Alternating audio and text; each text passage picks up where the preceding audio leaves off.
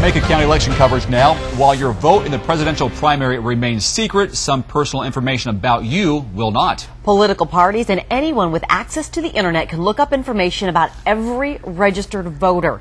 KXLY4's Karina Shagren is live tonight. And Karina, federal law actually requires this. Yeah, it's the price to pay if you want to be a registered voter. The federal government requires every state to keep a voter registration database. So not only will political parties know which political party you selected on your primary ballot, but many others can find out where you live and when you were born.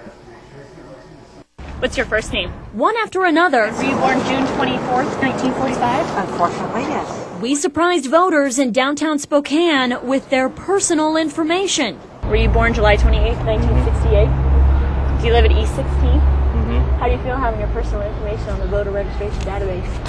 That's disconcerting. Yeah. If James Patterson wants to vote, though, he has no choice but to make what he thought was private public. And since 2006, that public information has been contained in a statewide database, which can now be found fairly easily online. I've already had my identity stolen. Rebecca Osterbach doesn't like knowing some of her information can be seen by others. You wonder if my social security number is in there as well. You won't find your social security number listed. You will find, though, your name, your birth date, where you live, and your voter registration number. That information helps election officials prevent voter fraud.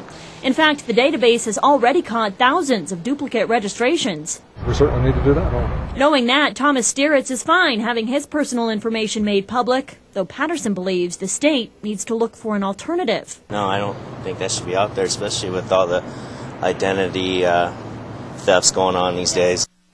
And in addition to your name, your address, your date of birth, if you include your phone number on your ballot envelope, that is also considered public information.